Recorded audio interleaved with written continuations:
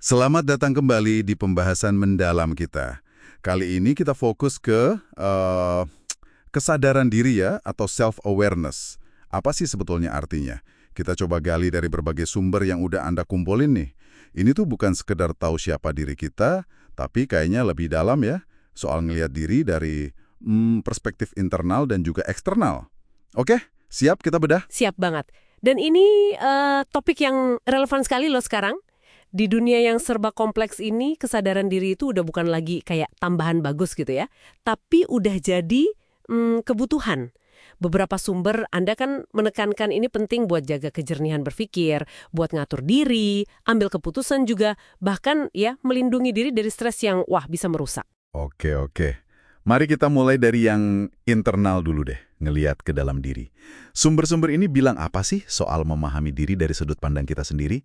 Ada satu yang menarik nih, gagasan soal memahami cerita hidup kita. Kayak semacam peta gitu ya, Iya, peta hidup. yang ngasih konteks ke pengalaman kita, dan katanya bisa jadi sumber inspirasi buat bertindak juga. Betul-betul, dan cerita hidup itu nyambungnya erat banget sama apa yang disebut motivasi intrinsik. Jadi apa sih yang bener-bener gerakin kita dari dalam, bukan sekedar ya ampun gaji atau pujian orang gitu. Mungkin emang pengen tumbuh, pengen bantu orang lain berkembang, atau memperjuangkan isu sosial, atau ya sekedar bikin perubahan kecil tapi bermakna aja. Sumber Anda ngasih contoh bagus soal ini. Ya. Terus ada juga nih observasi menarik dari bacaan Anda soal ironi dalam diri kita. Katanya seringkali sifat yang paling kita banggain itu sebenarnya versi positif dari sifat lain yang diam-diam pengen kita ubah. Contohnya orang yang rasa impulsif, mungkin di sisi lain dia bangga sama spontanitasnya gitu. Sadar akan hubungan ini penting ya. Penting banget. Nah, untuk bisa ngelihat ironi kayak gitu tanpa langsung ngejudge diri sendiri, disinilah mindfulness main perannya.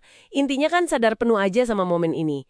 Ngamatin pikiran, perasaan, yang muncul tanpa harus kebawa arus atau menghakimi. Ya kayak nonton awan lewat aja gitu di langit pikiran kita. Nggak perlu skill dewa kok. Salah satu artikel bilang, latihan simpel kayak fokus ke sensasi napas beberapa menit aja, tapi rutin, itu udah bantu ngelatih otot kesadaran internal kita. Oke, itu tadi lihat ke dalam ya. Tapi kan kesadaran diri juga soal, gimana kita dilihat dari luar, gitu kan. Ada cerita menarik tuh dari salah satu Sunda soal eksekutif, si David Pottruck itu. Dia kaget banget waktu dibilangin rekan kerjanya nggak percaya sama dia. Katanya rasanya kayak belati di jantung. Tapi justru umpan balik yang nyakitin itu yang bikin dia sadar soal blind spot dia. Iya, blind spot. Gimana perilakunya tanpa dia sadar kelihatan egois di mata orang lain. Nah, cerita Potrik itu emang ilustrasi kuat banget ya betapa pentingnya umpan balik dari orang lain. Meskipun kadang sulit diterima. Materi Anda itu kan ngebagi 3 pemicu umum nih kenapa kita suka defensif kalau dikritik. Pertama, pemicu kebenaran. Kita reaksi karena ngerasa, itu nggak benar, isinya salah gitu. Kedua, pemicu hubungan. Reaksi kita dipengaruhi sama, siapa sih dia berani ngomong gitu? Soal orangnya. Iya. Ketiga, pemicu identitas. Nah ini, kritik itu ngegoyahin citra diri kita. Wah, apa ini artinya gue gagal ya?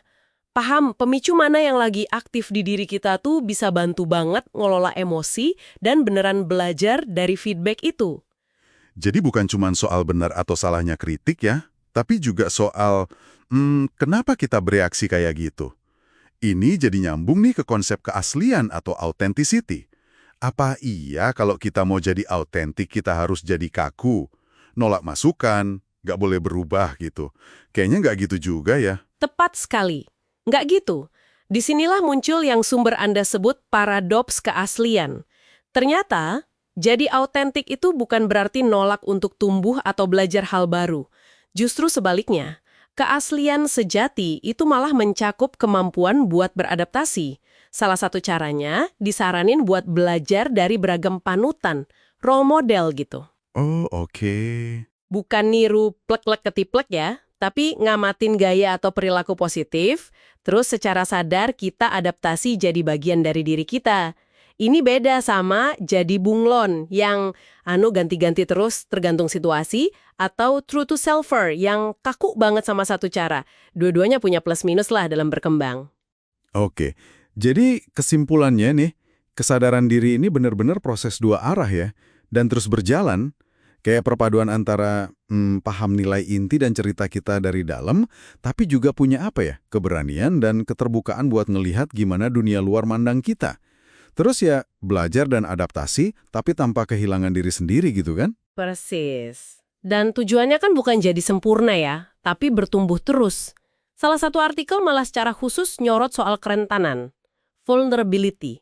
Mengakui itu bukan sebagai kelemahan lo ya, tapi sebagai bentuk keberanian, keterbukaan.